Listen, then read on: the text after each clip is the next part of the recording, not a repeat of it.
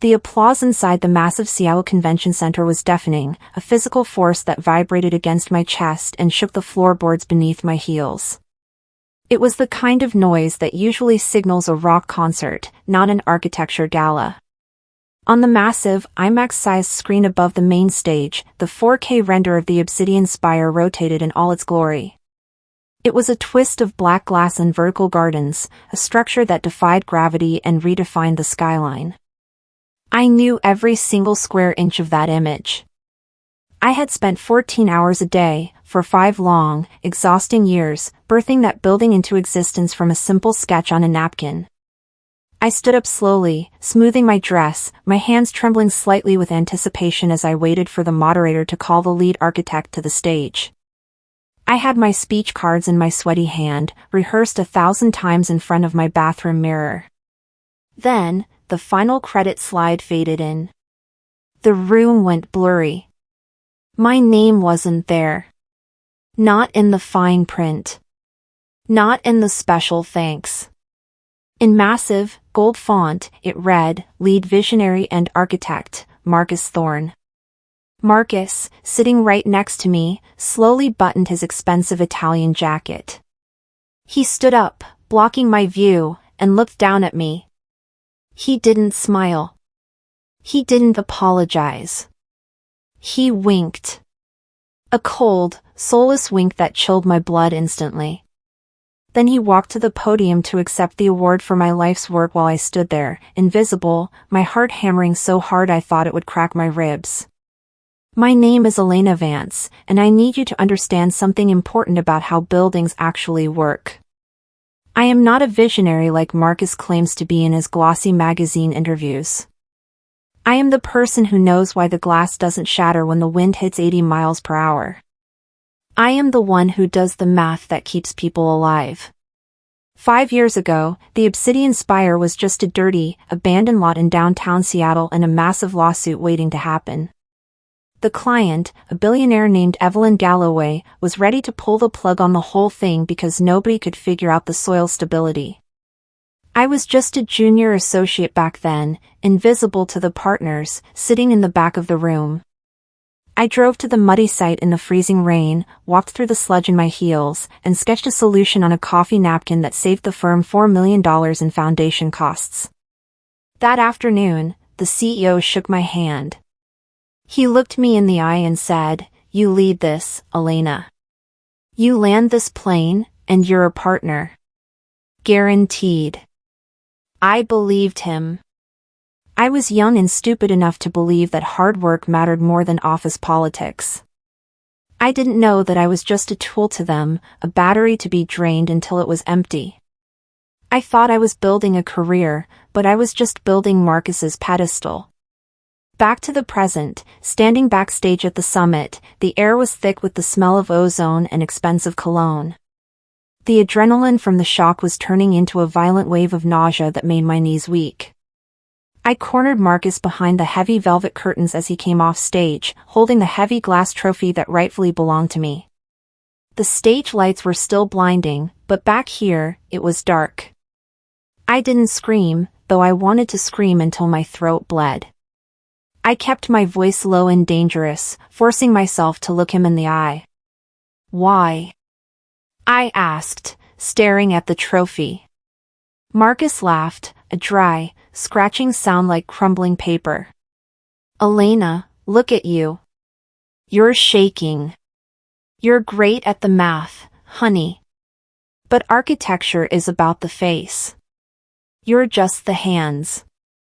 Nobody pays $50 million for the hands." He checked his reflection in the trophy, admiring his own jawline. "I'm doing you a favor. Partner? You'd crack in a week. The pressure would kill you. Now, be a good girl and prep the press release for tomorrow." He patted my shoulder firmly. That pat was the seal on his death warrant. He thought he had broken me. He thought I would go back to my desk and cry. He had no idea that he had just insulted the only person who knew how the entire building actually worked. I didn't go to the after party to mingle with the industry elites and pretend everything was fine. I didn't go home to cry into a pillow and wonder what I did wrong. I went straight to the office. It was 11:30 p.m. The night air was cool, but my skin felt hot with a cold, calculating rage. The cleaning crew let me in, nodding familiarly because they were used to seeing me there late at night while Marcus was out drinking with clients. I walked to my desk, the command center where I had practically lived since 2019. I didn't delete a single file. That would be illegal, and I am nothing if not a stickler for the rules. Instead, I simply packed my life away into a single cardboard box. I took my framed degree off the wall. I took my lucky drafting pen. I took the small cactus I had kept alive for 3 years. I left my laptop on the desk, closed. I left my badge on the keyboard.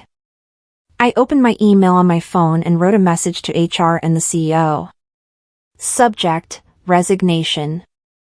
Body, effective immediately. I didn't give a reason. I didn't rant. I hit send. I walked out into the cool night air, and for the first time in 5 years, I didn't check my email on the way to the car. 9 a.m. My phone started buzzing on the nightstand. I watched it dance across the wood, vibrating with panic. First, it was the receptionist calling. Then the HR director. Then, finally, Marcus. I let it ring. I made a fresh pot of coffee, the good kind, not the office sludge I had been drinking for years. I sat on my balcony and watched the city wake up, feeling a strange, unfamiliar sense of calm. By 10 a.m., the voicemails started piling up. Marcus's voice shifted rapidly from annoyed to frantic. Elena, stop playing games. We have the city planning meeting at 2 o'clock. Where are the load-bearing calculations for the spire?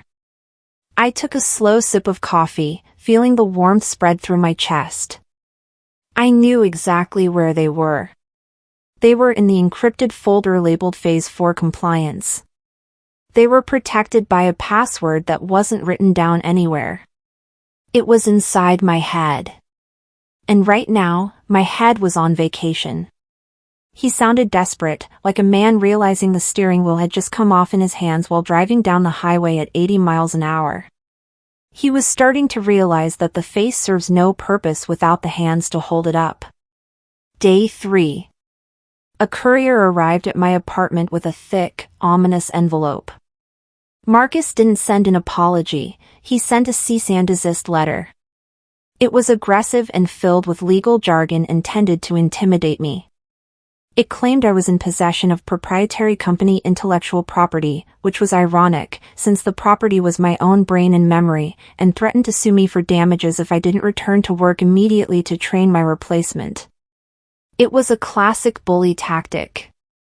He was trying to scare me back into submission using fear and the threat of financial ruin. I read the letter standing in my kitchen, the sunlight hitting the paper. I laughed out loud, a sound that surprised even me. He thought a piece of paper would terrify me. He forgot that I read building codes for fun. I folded the threatening letter into a sharp paper airplane and threw it into the recycling bin. He had no idea that he had just declared war on the only person who knew where the landmines were buried. He thought I was a scared employee. He didn't realize I was the architect of his destruction. He wanted a fight? I would give him a war, but I wouldn't fire a single shot. I would just let gravity do the work. The city planning meeting happened without me. I wasn't there, but Leo, a junior architect who was the son I never had, texted me the play-by-play from under the table. The city council asked about the thermal bridge ratings on the 40th floor. This is a highly specific eco-compliance issue I had spent 6 months solving. It involved complex physics and material science to ensure the building didn't overheat in the summer. Marcus, arrogant and unprepared, tried to bluff his way through it. He flashed his winning smile and used buzzwords like synergistic heating and dynamic flow, thinking charm would replace data. The councilman, a retired engineer who hates corporate bullshit, paused the hearing. He stared Marcus down over his glasses, unimpressed. "Mr. Thorne, if you can't provide the actual thermal data, we can't issue the occupancy permit."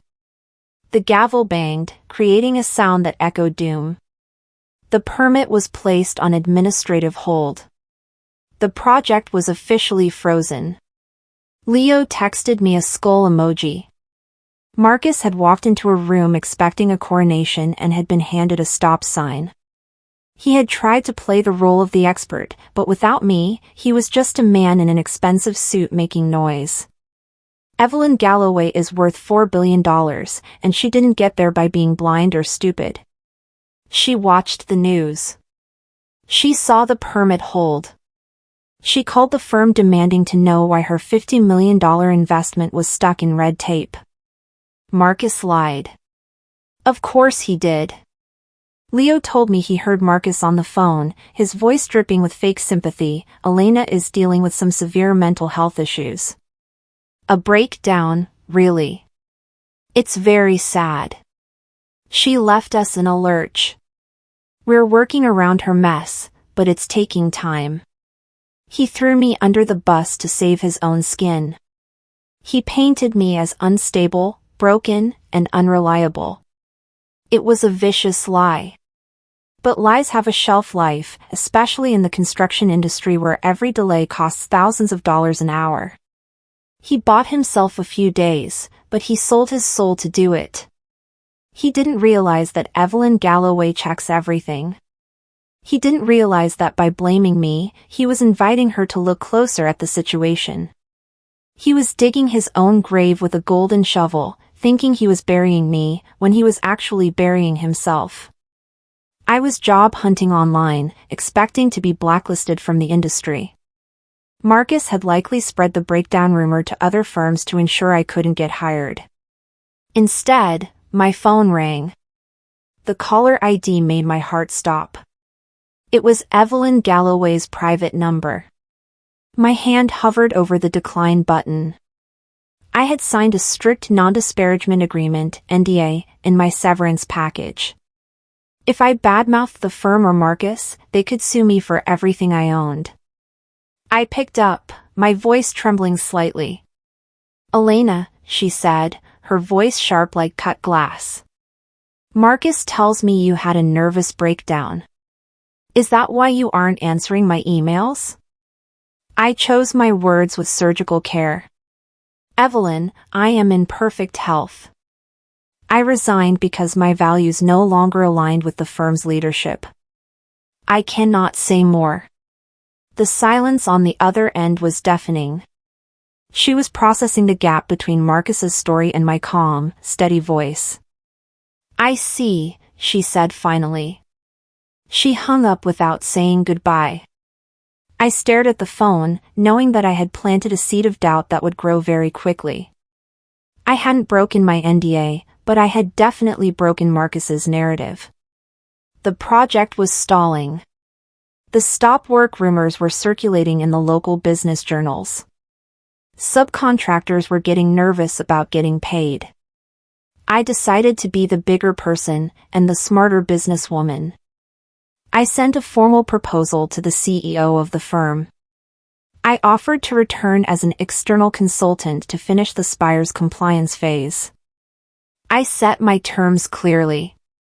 My rate was $500 an hour, triple my old salary. It was a fair price, considering I was the only one who could save a $50 million project from failing. I sent it via certified mail so they couldn't pretend they didn't get it. I wasn't asking for my job back. I was selling a service. It was a lifeline. All they had to do was swallow their pride and pay the expert. It was a test of their ego versus their wallet. I waited by the phone, wondering if they were smart enough to take the deal. I knew the answer before I even sent it, but I had to give them the chance to do the right thing. It was a business move, pure and simple, but to them, it probably looked like blackmail.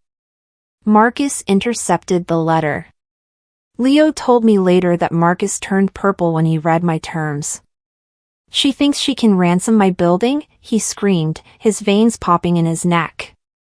He shredded the contract in front of the open plan office, making a show of it for the junior staff. "We don't need her.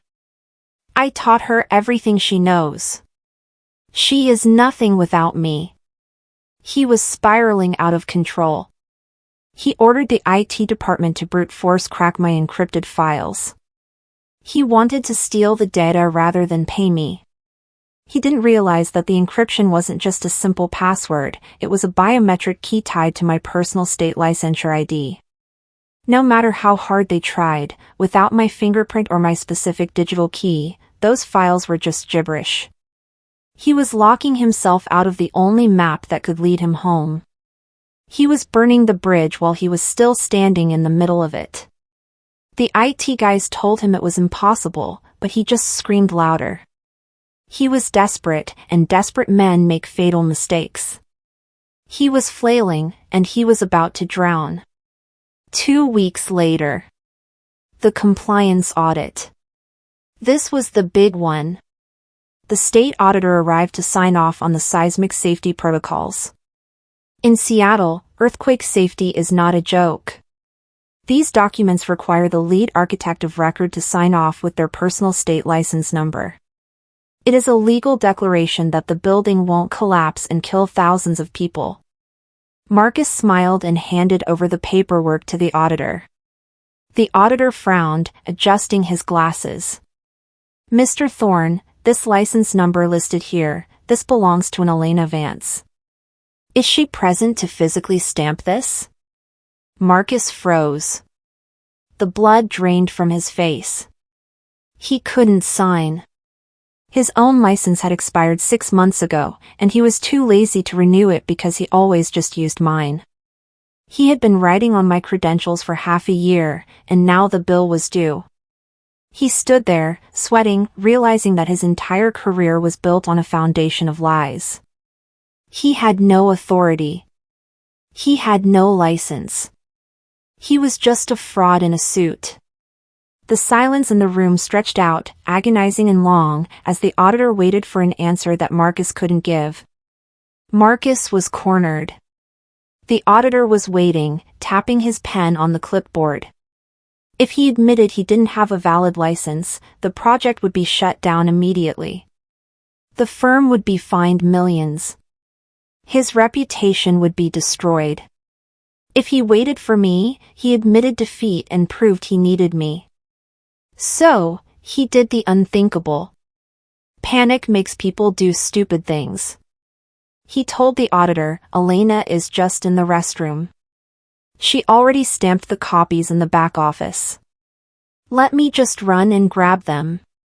He went into his office and closed the door. He was sweating profusely. He scrambled through his desk, found an old document I had signed months ago, and opened Photoshop on his computer. He was about to cross a line from incompetence into criminal activity. He wasn't thinking about the law. He wasn't thinking about safety. He was thinking about saving his ego. He was about to commit a felony to cover up a lie. It was the desperate act of a man who knew he was drowning. He sat at his computer, hands shaking, preparing to destroy his life to save his face. He digitally lifted my seal and signature from the old PDF. He pasted it onto the seismic safety documents. He aligned it carefully. He printed them out on the high-quality office paper. It looked perfect. To the naked eye, it looked like I had signed off on the safety of the building. He walked back out, handed them to the auditor with a winning, confident smile. "Here we go. Just a mix-up with the papers." The auditor accepted them, glanced at the signature, and nodded. Marcus thought he had one. He thought he was a genius who had outsmarted the system. He forgot one crucial detail. The state licensing board sends an automated email to the license holder whenever their digital seal is processed for a Tier 1 structure. It was a new security feature I had signed up for last year. He didn't know about it because he hadn't renewed his own license.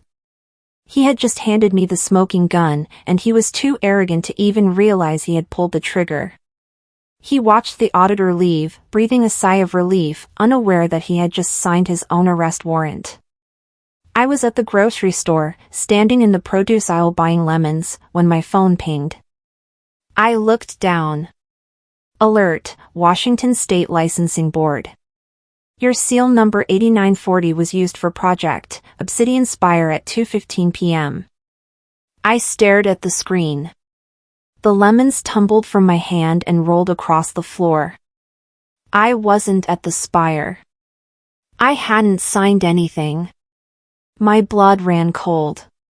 This wasn't office politics anymore. This wasn't just taking credit for a design. This was a felony. He had used my identity to verify the safety of a skyscraper. If that building fell, I would go to prison.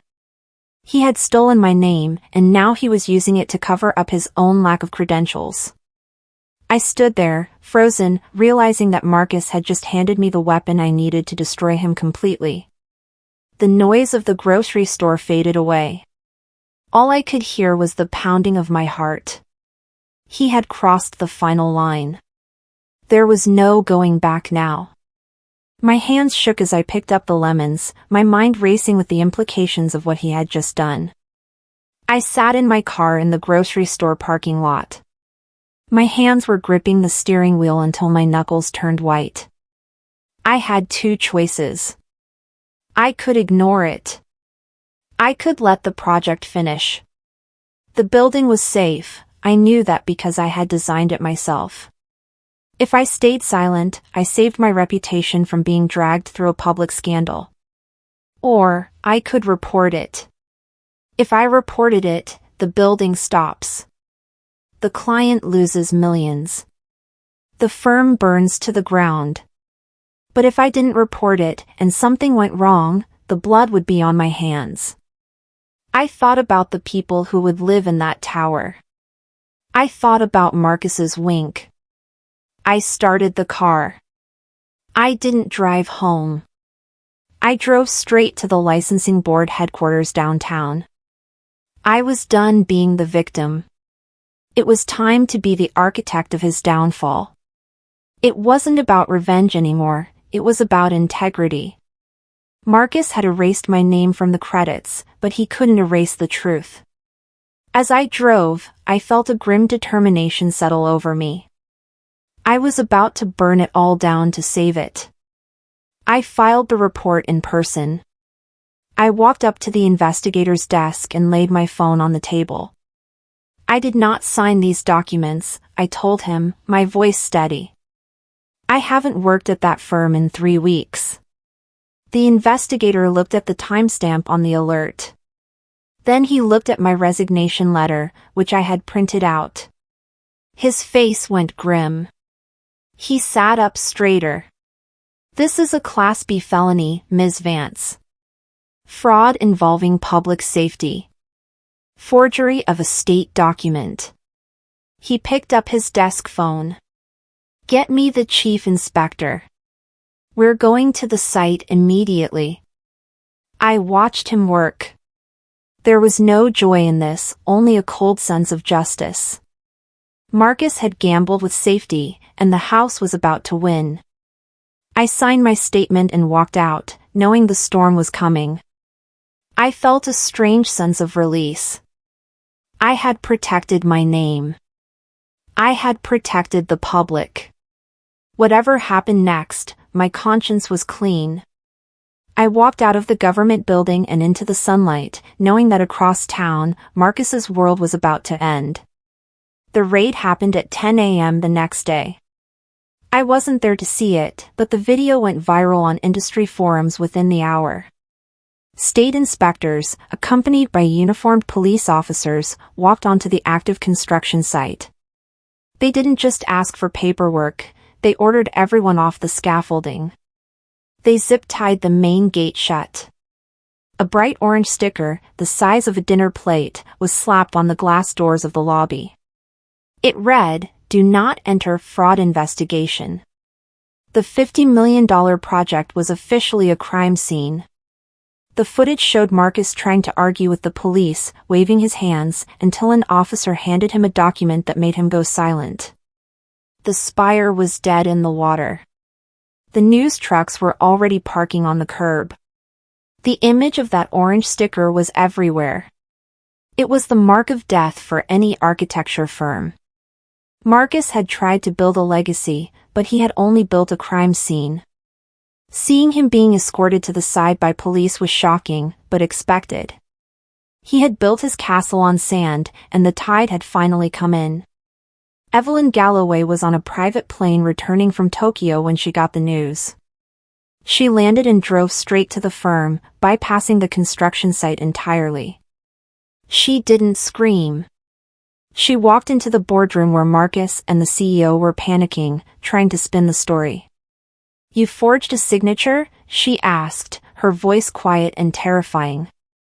"Marcus tried to blame me one last time. She set us up. She withheld the signature, so I had to." Evelyn held up a hand, silencing him instantly. "You committed fraud on my building. You voided my insurance. You exposed me to massive liability." She looked at the CEO. "You're fired. The whole firm. I'm terminating the contract for cause immediately." She stood up and walked out without looking back. She was a businesswoman, and she had just cut off a gangrenous limb. She knew that associating with fraud would destroy her own reputation. She was ruthless, and for the first time, I was grateful for her ruthlessness. She didn't need a lawyer to tell her what to do. She knew a disaster when she saw one. Back at the firm, the junior staff saw the writing on the wall. The orange sticker was all over the internet. Led by Leo, they realized that staying there was career suicide. They knew that if they stayed, their own licenses could be investigated by association. They didn't wait to be fired. They packed their bags. They took their hard drives. They walked out in a single file line, leaving the office silent. Marcus was left alone in an empty 40th floor office. He was surrounded by ringing phones he couldn't answer. The visionary was the king of a ghost town. The empire he had built on my back had crumbled in less than 24 hours. He had no team. He had no client. He had no license. And soon, he would have no freedom. He sat there in his expensive suit, realizing that he was the captain of a sinking ship, and there were no lifeboats left. The silence of the office was the loudest sound he had ever heard. The plants I had watered were the only living things left in that massive, expensive space. 7 p.m. A knock on my door startled me. I looked through the peephole. It was Marcus. He looked like he hadn't slept in a week. His perfectly tailored suit was rumpled. His tie was undone. He smelled like scotch and desperation. "Elena," he said, his voice cracking through the wood. "Please. Open up. Just tell them you authorized it retroactively. We can say it was a misunderstanding. I'll give you anything. Partner. 50% equity in the firm. Just. I can't go to jail, Elena." It was pathetic. The man who had winked at me on stage, the man who called me just the hands, was begging those hands to save him. He was sobbing now, leaning his forehead against my door frame. He was offering me half of a ruined company to save him from his own crimes. He thought everything could be bought. He thought I had a price. He didn't understand that some things, like self-respect, are not for sale. He was trying to buy his soul back with money he no longer had. I looked at him through the screen door. I didn't feel triumph. I didn't feel joy. I just felt a deep, exhausting pity. He still didn't get it. He thought this was a negotiation. I can't fix this, Marcus, I said softly. You didn't just erase my name from a slide. You erased your own integrity. You broke the law. I closed the heavy wooden door. I locked the deadbolt with a loud click. I heard him crying on my porch for 10 minutes. He banged on the door once, weakly, before he finally walked away into the darkness. I went to the kitchen and finished washing my dishes. I didn't call the police. I didn't call Evelyn. I just let him sit in the mess he had made. It was over. The silence in my apartment was the most peaceful sound I had ever heard. I had reclaimed my life. He had lost his. It was a tragedy of his own making, a play where he wrote every line. I turned off the porch light and finally, truly, let him go. The next morning, Evelyn Galloway's lawyer called me. Since the contract with Sterling and Finch was voided due to criminal breach, the project was legally ownerless. Evelyn had a clause in her insurance that allowed her to appoint an emergency successor to mitigate damages and get the site open again. She didn't want a big firm. She didn't want another visionary. She wanted the person who knew the codes. She wanted the person who knew why the glass didn't shatter. She hired Vance Architecture, my LLC that I had formed just 2 weeks ago. She didn't even ask for a proposal. She just asked, "Can you open the gate by Monday?" I told her, "I can open it by Friday." She sent the retainer check within the hour. It was the easiest sale of my life because I wasn't selling a dream, I was selling the truth. I looked at the check. It was more money than I had made in the last 5 years combined. It was validation in the form of ink and paper. I didn't just get the job. I hired Leo and the entire defecting team the next day. We set up shop in a rented industrial loft downtown. We had the original files because they were in my head and on my encrypted drive. We had the clean math. We worked 18-hour days for 3 weeks to re-audit every single beam Marcus had touched. We had to prove to the city that the building was safe despite the forgery. We worked until our eyes burned, but nobody complained. We were building something that was ours. We cleared the fraud hold. The orange sticker was ripped off the gate by the chief inspector himself.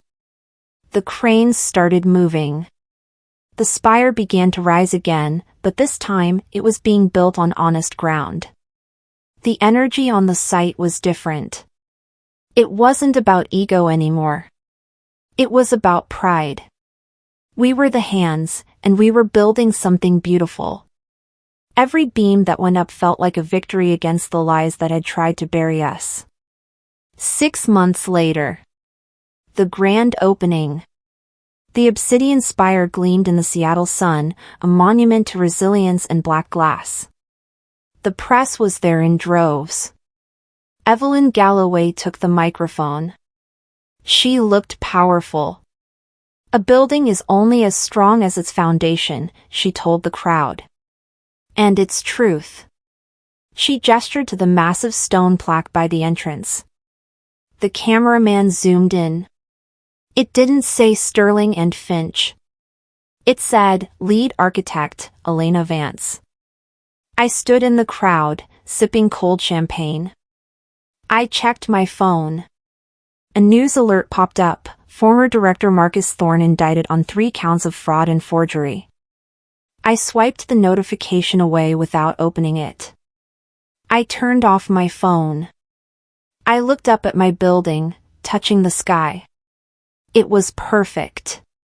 And finally, everyone knew who built it. I wasn't invisible anymore. I was the architect, and my name was carved in stone. The wind hit the glass 80 miles an hour, and just as I promised, nothing shattered.